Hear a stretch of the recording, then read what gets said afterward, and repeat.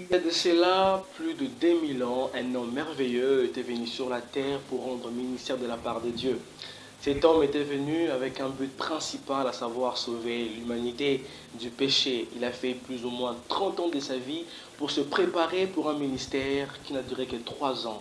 Mais ce ministère de 3 ans a été tellement impactant que jusqu'aujourd'hui, on parle encore de lui. Et cet homme n'est personne d'autre que la merveilleuse personne de Jésus-Christ, notre Seigneur et Sauveur personnel. Alors nous sommes heureux de vous retrouver dans cette merveilleuse émission. Ici pour vous, votre frère William Kabemba, CDC de l'EP Christ, qui est bien sûr le Forum Jeune Chrétien, qui a proposé pour vous cette merveilleuse émission dénommée Chez les Pasteurs, où nous venons nous rendre auprès d'un homme de Dieu dans son domicile, afin de pouvoir recevoir de lui une sagesse pour cette génération.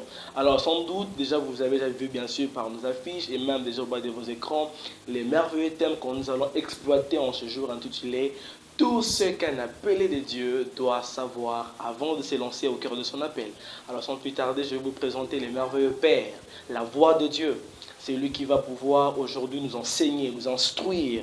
Vous êtes serviteur de Dieu, servant de Dieu. Vous êtes convaincu que vous êtes réellement appelé par Dieu, non par procuration, non par imposition des hommes, non par clergé, mais réellement Dieu vous a appelé. Alors soyez rassurés, cette émission elle est pour vous. Alors, je m'en vais rapidement le présenter, le merveilleux Père qui va nous accompagner, qui va nous instruire, nous enseigner en ce jour. Il s'appelle bien sûr l'évangéliste Charlie Munangai Kupa Kwanzambi, le l'époux de notre très chère maman Angèle Ibuta Charlie. Et père, il est père de même de 5 merveilleux enfants. Il est de même aussi conducteur de l'église ministère évangélique Galilée de l'extension BAT. Alors sans plus tarder, je vais lui accorder la parole afin qu'il puisse se présenter aussi et que vous puissiez le connaître mieux. Bonjour papa. Bonjour frère William, Comment vous allez? Dieu fait grâce. En tout cas, nous sommes tellement heureux de vous retrouver, de vous avoir pour cette merveilleuse émission, pour le deuxième numéro chez les pasteurs. Alors, j'aimerais que vous puissiez encore une fois de plus dire deux ou trois petits mots sur vous, supplémentaires peut-être que je n'ai pas pu dire, qui serait important pour nos frères et sœurs qui nous suivent de mieux vous connaître. Tout est dit, seulement que je suis père de plusieurs enfants. Père de plusieurs enfants et soyez les bienvenus chez moi. C'est une grâce pour moi de vous recevoir chez moi ici à la maison pour que nous puissions un peu partager une petite expérience que nous avons. Et je crois que les téléspectateurs seront bénis. Amen. Les téléspectateurs, vous serez bénis. En tout cas, merveilleux. Vraiment, merci beaucoup, papa.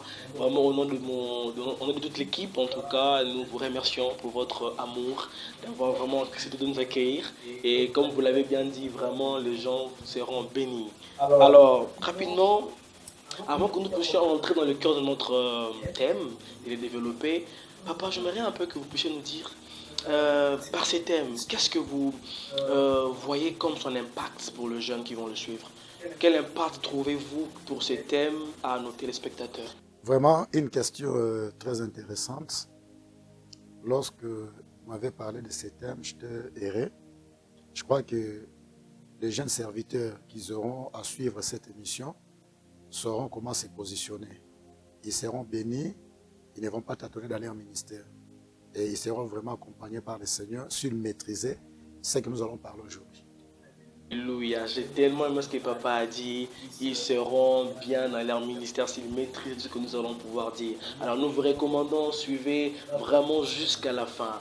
Alors vraiment, pendant que plus ou moins 20 minutes, et dans ces quelques minutes, suivez bout en bout parce que je vous ai bien dit, c'est la voix de Dieu qui nous parlera au travers de ces merveilleux hommes de Dieu. Mais tenez qu'aujourd'hui que vous allez vous l'avez vu, mais je vous assure, c'est vraiment un grand homme de Dieu, un père, un grand esprit pour cette génération. Alors suivez avec beaucoup d'attention et vous serez vraiment bénis. Gloire à Dieu, papa.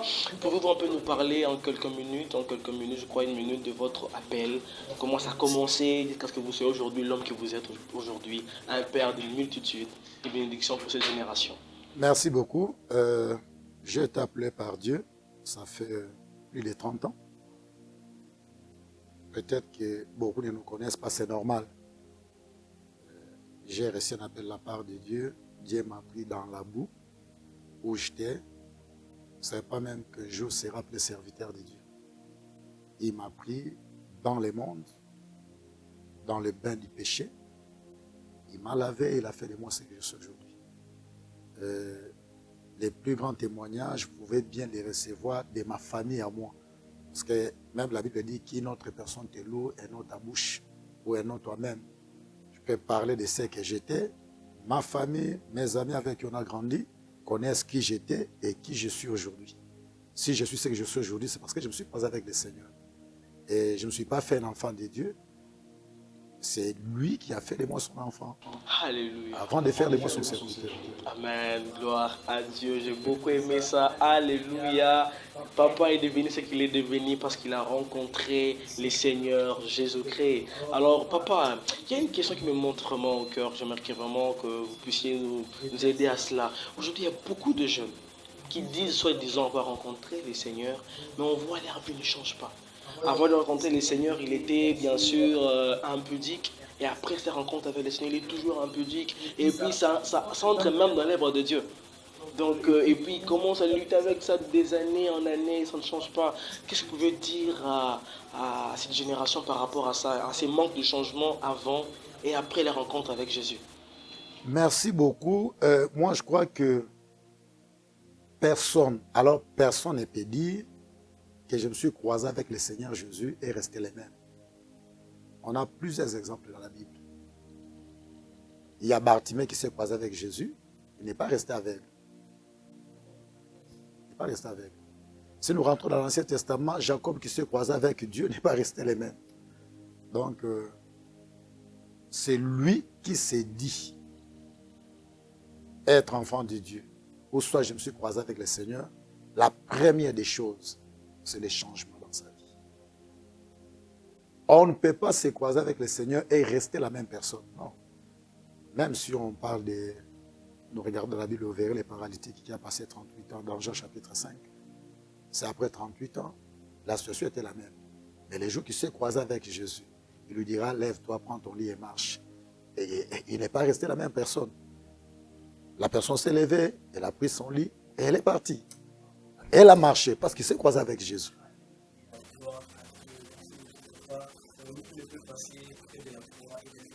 Jamais.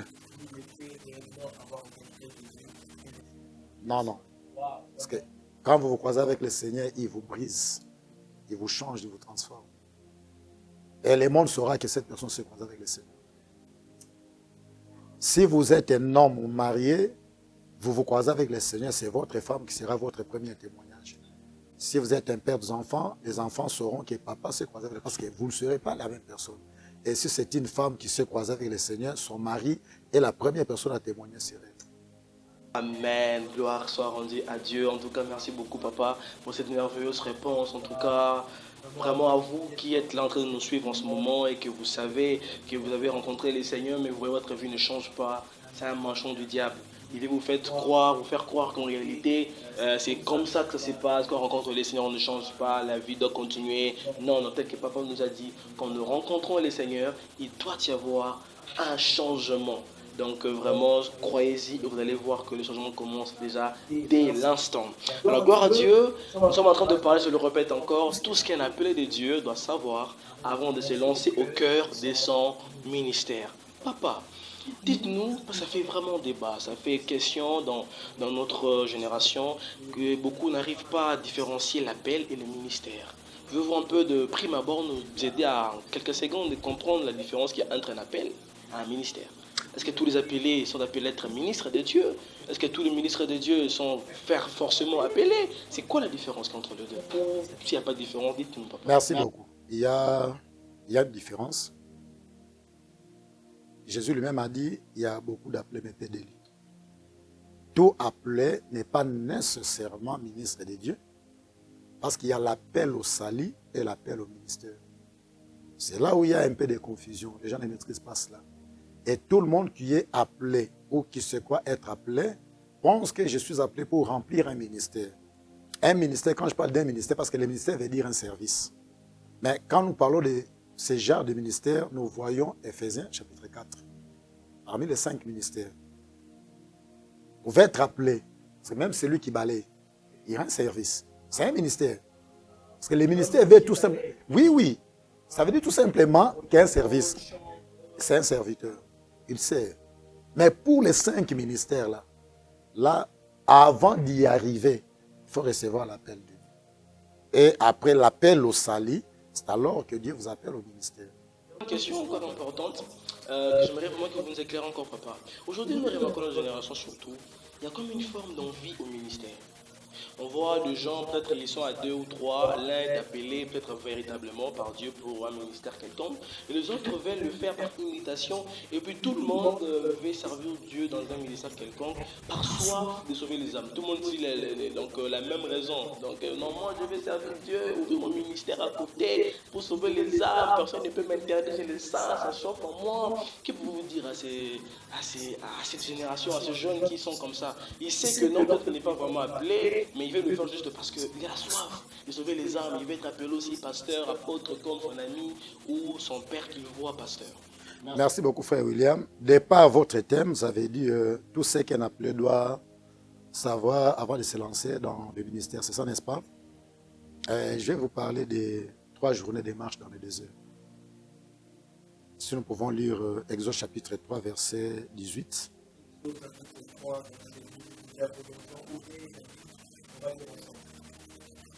Ils écouteront ta voix et tu iras, toi et les anciens d'Israël, auprès du roi d'Égypte. Et vous lui direz, l'Éternel, le Dieu des Hébreux, nous est apparu. Permets-nous de faire 3 journées de marche dans le désert pour offrir des sacrifices à l'Éternel, notre Dieu. 3 journées de marche dans le désert veut dire tout simplement l'appel, la formation et le ministère, les coups d'envoi. Appel. Écrivez ça. Vous pouvez répéter encore ça, papa? Appel, formation et les coups d'envoi. L'appel, la formation et les coups d'envoi. Les choses ont commencé. Prenez vos stylos, prenez les cahiers. Ça a commencé. Alléluia. Tout celui qui prétend être serviteur doit commencer par maîtriser son appel. Oui. Ça vient de Dieu. Dieu appelle. Et quand Dieu appelle, il confie une mission. Papa, j'ai aimé ce que vous avez dit, quand Dieu appelle, il confirme la mission. Ça me pousse une question à vous poser. Est-ce qu'on a tous la même mission ou bien chacun a une mission particulière que Dieu lui donne pour l'office? On va y arriver.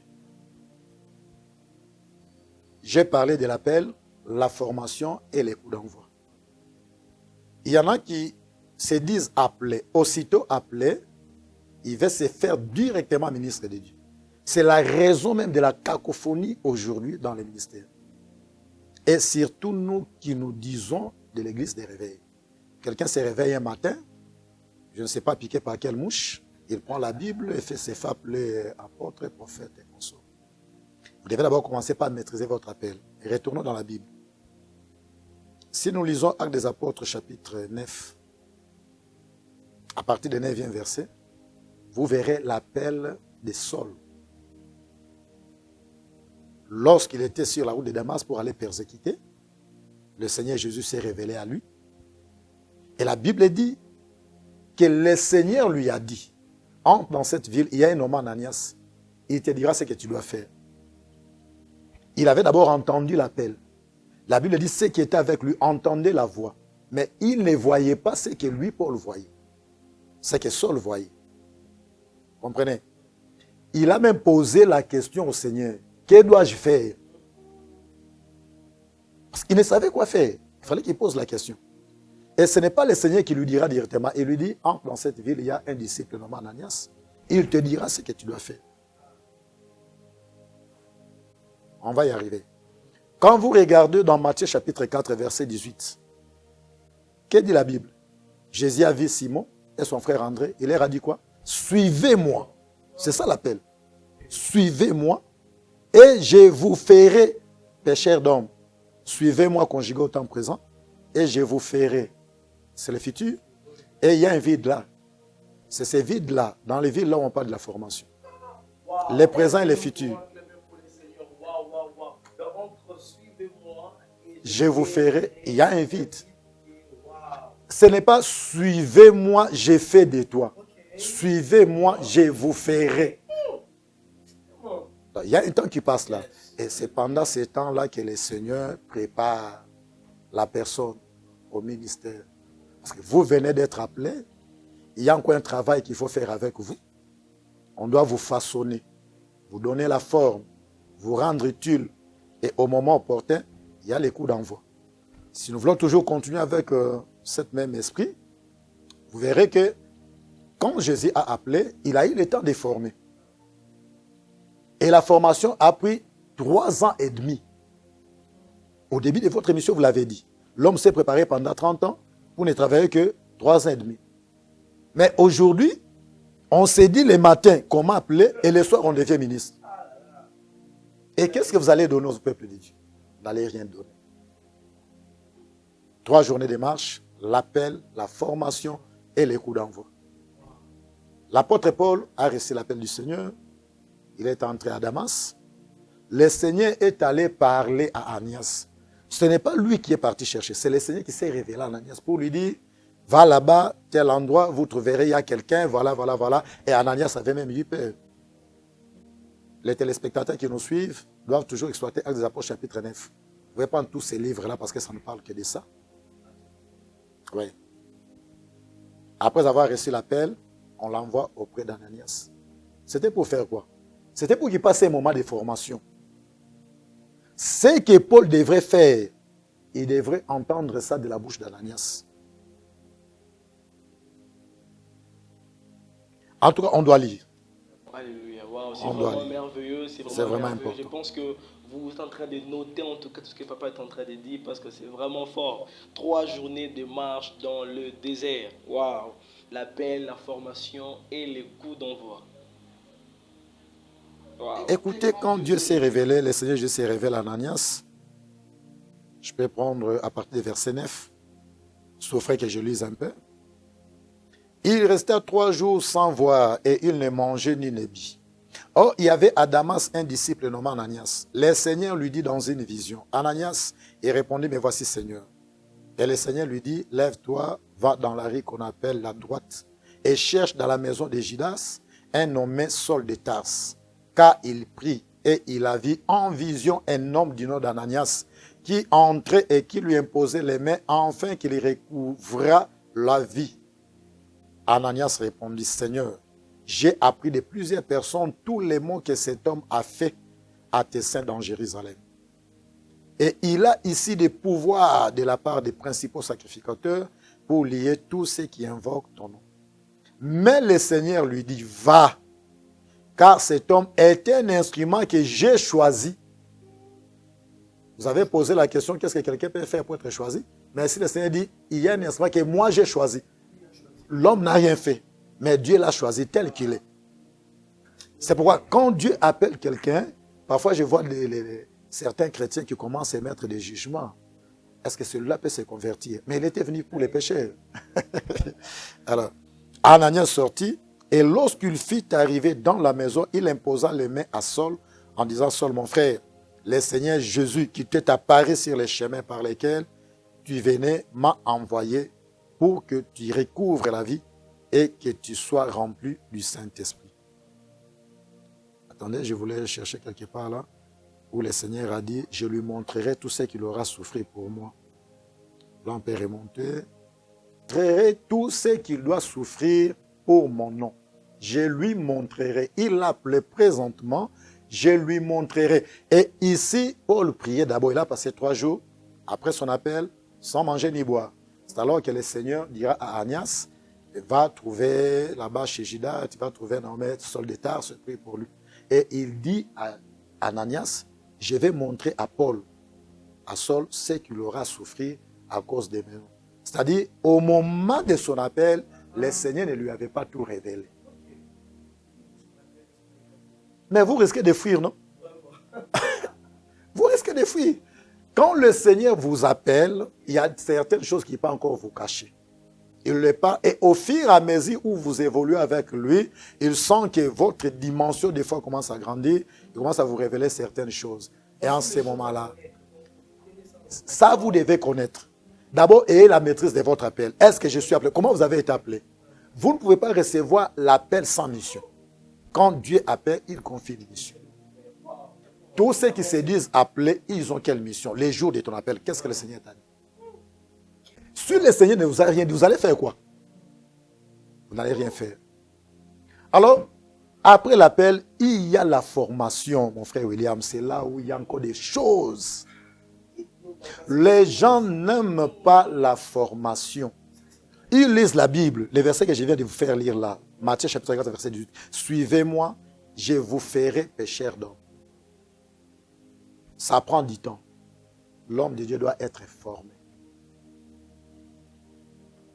Ce n'est pas aujourd'hui et demain que vous devenez directement ministre de Dieu. Non. Vous devez passer par la formation. La formation là, elle est spirituelle, elle est aussi physique. Et surtout sur le plan physique, beaucoup de ceux qui se disent serviteurs, ils ne veulent pas se faire former. Beaucoup ne le veulent pas. J'étais une fois quelque part, un serviteur en train de prêcher. Il dit, Jésus a dit à Marthe, n'étais-je pas vous dire que si tu crois, tu verras la gloire de Dieu. Ça, ce n'est pas spirituel, c'est physique. Puisque les Français là n'existent pas. N'étais-je pas vous dire? Vous parlez quoi? Et lorsqu'on ne se fait pas former physiquement sur le plan scientifique, vous remettez même en cause votre appel. C'est les gens qui vont remettre en cause votre appel. Vous avez commencé à dire des choses qui n'existaient pas. C'est pourquoi j'ai dit, il faut vous faire former. Vous faire former au pied d'un père.